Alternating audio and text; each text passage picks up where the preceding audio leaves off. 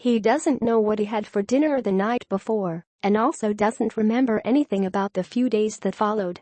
But the 2018 Winter Olympic hopeful knows he had a lucky escape.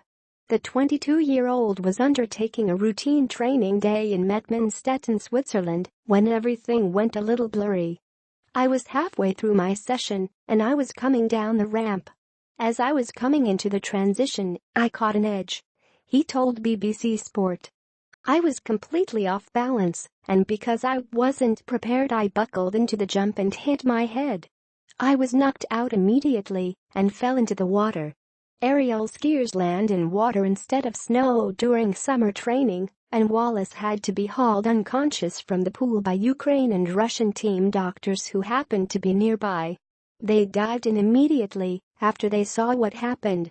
"The paramedics were called, and I was airlifted to Zurich Hospital and put into an induced coma for 24 hours, he added. "I don't remember waking up for a couple of days after that."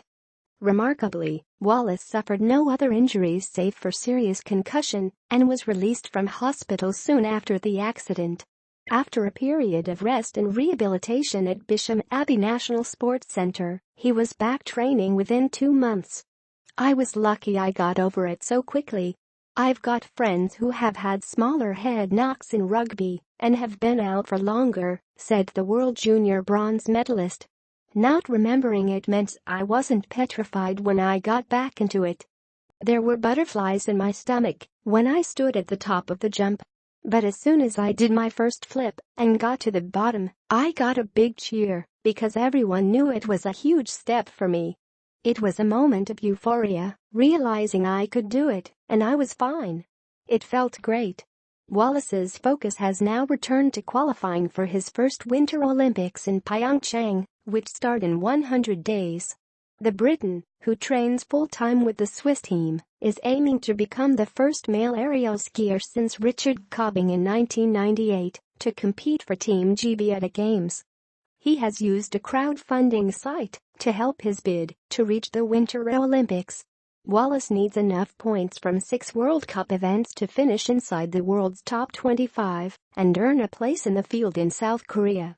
As an athlete, when you hear about the Winter Olympics you get that little tingle. "I think the tingle has been exaggerated since I've come back from my injury," he said. "Representing GB and wearing the flag would be an honor. There were a few days when I was scared I wasn't going to be able to make the games. Coming back into it and realizing I can still fulfill the aim I've been working on for the last 6 years is going to be huge."